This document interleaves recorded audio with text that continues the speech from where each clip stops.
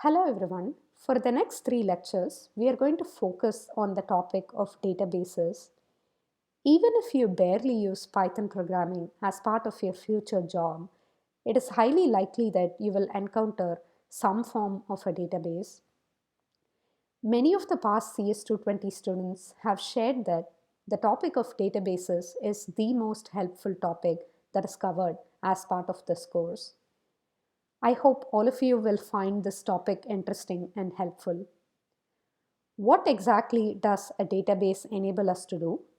It enables us to store and analyze tabular data. So you might be wondering, haven't we been doing the same thing with a CSV file format? A CSV file enables you to store the data from a single table, whereas a database can enable you to store data from multiple tables. The data contained within the database is way more structured than the data contained within a CSV file. In today's lecture, we are going to talk all about narrowing down to specific data of interest from a big table contained within a database. We'll be using the pandas module extensively in order to work with a database. In the next lecture, we are going to talk about summarizing data. Let me give you examples of that. Let's say that you're interested in counting the number of entries within a specific tables column, or if you want to sum all the values within a tables column, or if you want to compute mean of all the values in a tables column. Summarizing is going to enable us to do all of those. The following lecture, we are going to cover worksheets in order to give you SQL practice. I'm going to shortly talk about what is meant by SQL. Let me talk about what is not covered as part of the topic of databases in CS220 course. We don't talk about schema design. Schema is a fancy word for describing the characteristics of a database. The characteristics might include how many tables does a database have, and what sort of columns do each of those tables have, and what sort of relationship do the columns have among each other. We are also not going to talk about how to make changes to the database table entries. Example of changes would be adding a row, removing a row, updating certain column entries within a row. Another important subtopic when it comes to the topic of databases is something which is called as concurrency. The term concurrent is a fancy word for simultaneous. Databases have to deal with simultaneous or concurrent write operations in an effective way. You're going to have to deal with a lot of performance issues when it comes to databases.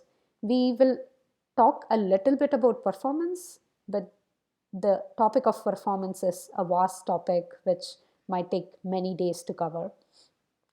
We're also not going to talk about joins, which has to do with combining multiple tables data based on a shared columns value. If you're interested in learning more about the field of databases within computer sciences, I would recommend you to enroll into CS 564, which is the Intro to Databases courses offered by the Computer Science Department.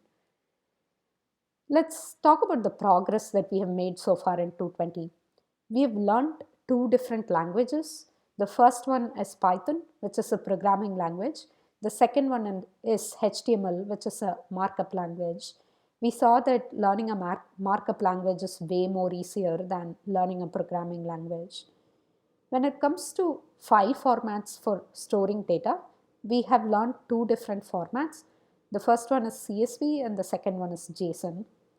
The topic of databases is going to enable us to learn a third language, which is called as SQL.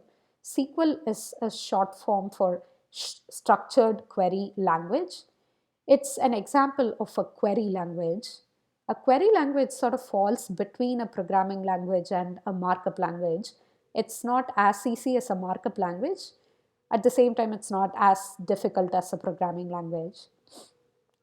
Learning the SQL language is going to enable us to store the data in SQL databases. Let's use CSV file format to compare and contrast with what we can do with a database. I mentioned that a CSV file can store one table's data, whereas a database can store multiple tables of data, each of which has its own table name. When it comes to CSV, you might or might not have a header which describes the values contained within each of those columns. Whereas when it comes to databases, you're always going to have column names for every table. That's going to make all of your lives easier. When you read a CSV file into Python, you're always going to read every field as a string. That's such a pain, correct? You have to remember to typecast the fields into the correct types associated with them. When it comes to databases, specific types will be associated with each of those columns, and that's enforced for every row. Let's talk about why exactly we need to use a database. I'm going to give you 4 reasons for this. I've already started talking about reason number 1, which is the fact that databases offer way more structure. Let me give you a concrete example for that. Let's consider this table on the left where we want specific types to be associated with specific columns value. When you have the CSV file format, you're only going to have a bunch of strings, so that's not helpful at all with respect to structuring the data.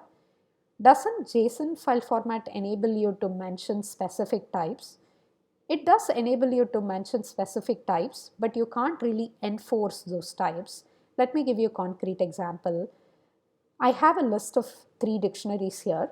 The first dictionary's third column value, which is given in the third key value pair, has a value of floating type, whereas the third dictionary's third column value, which is the key C, has a Boolean type. So we can't really enforce type within a certain column across multiple rows. We can also not enforce the fact that column values should always be present. The second dictionary, for instance, is missing the keys B and C. Database is going to enable us to both enforce the type and also ensure that the values are always present for all of the columns. The second reason as to why we should use a database is because database enables us to do better sharing between multiple programs.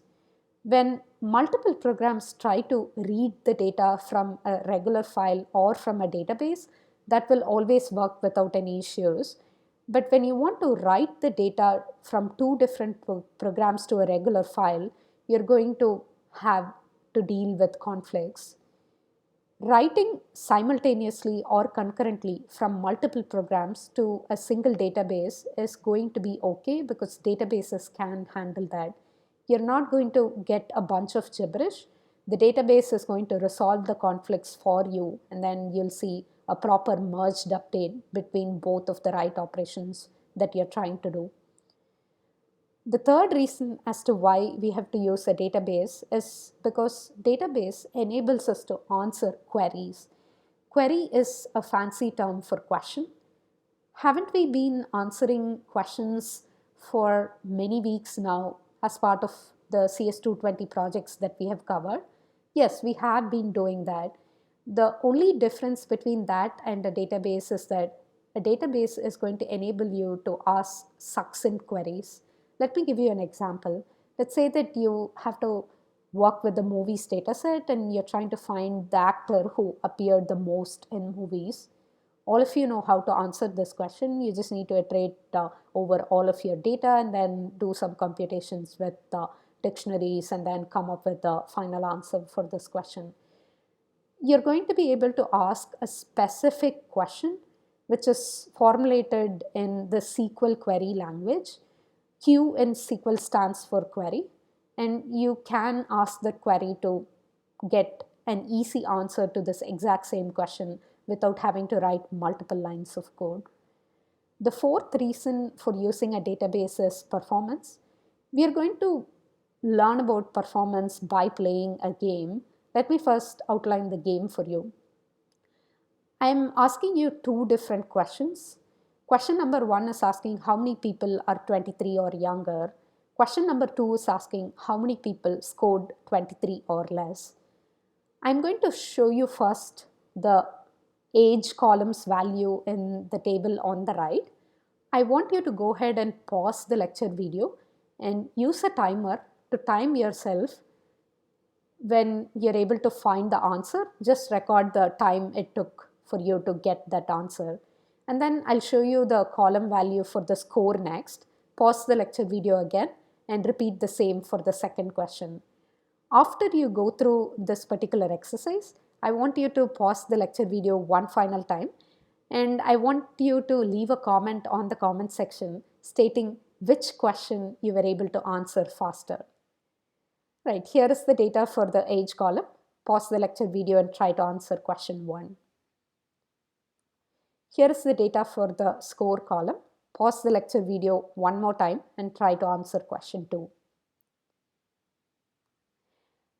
Which question took longer to answer? I'm sure many of you would have commented that question 2 took longer to, took shorter to answer, correct? Sorry, let me backtrack. Question 1 took longer to answer, correct? Why exactly is that? That's because the data contained within the score column is sorted by the score column. You don't really need to look through the entire column's data to be able to answer question 2, right? You just need to count the values until the Hollis entry. Whereas when it comes to answering question 1, you have to go through all of the data in the age column, and then you'll have to count all of the people who have age 23 or less.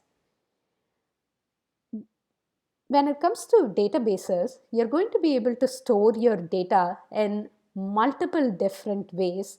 Wouldn't it be nicer if you had a copy of the table which was sorted by age, and also another copy of the table which was sorted by score?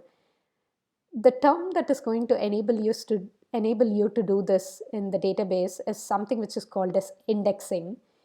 Indexing is a huge sub area within the topic of databases. A lot of people do extensive research when it comes to database indexing. We are not going to learn further about the subtopic of indexing, but I just want you to know what exactly is meant by indexing. Indexing just refers to the fact that you can have multiple copies of your table data, which is ordered by a specific column's value. Let's talk about why we shouldn't be using databases. Sometimes database can be an overkill. Databases have a lot of optimization, so it will be slower than using just a CSV file format. Unless you have gigabytes of data, it's often not recommended to use a database because it's going to make your program slower. For a lot of situations, a simple JSON or a CSV is easier to use if you have like very simple format to your data and you don't really need too much structuring in your data. Let's talk about SQL databases. There are many examples of SQL databases. The first two examples are proprietary examples where you have the Microsoft SQL Server and Oracle. You have to pay for both of those softwares. Those are the most famous softwares when it comes to databases. The next two, which are MySQL and PostgreSQL, are open source, and they are also very famous because you don't have to pay for it. Usually corporate companies pay for the first two types of databases if they want to use that, and a lot of personal use is done by using the open source versions, which are MySQL and PostgreSQL. Sorry. In CS220, we are going to talk about the last option, which is SQLite. SQLite is open source, and it also has a lot of leeway when it comes to the types of use that you can do with respect to the licensing. The licensing is very permissive. What exactly is meant by that is you are going to be able to take the SQLite code and you're going to be able to come up with your own version, and you can even sell your version that you came up with. There are a lot of SQLite versions out there. You're going to see SQLite in multiple different things like Mac OS, Windows OS, Chrome, Safari, Android phone, iOS, Dropbox, and multiple other applications. SQLite is the most famous database that you can encounter whenever you're trying to use a database. All right, I'm going to wrap up this lecture video here. Go ahead and download bus.db file from today's lecture entry in order to follow along the lecture demo codes. In the next lecture, we are going to talk about the bus database.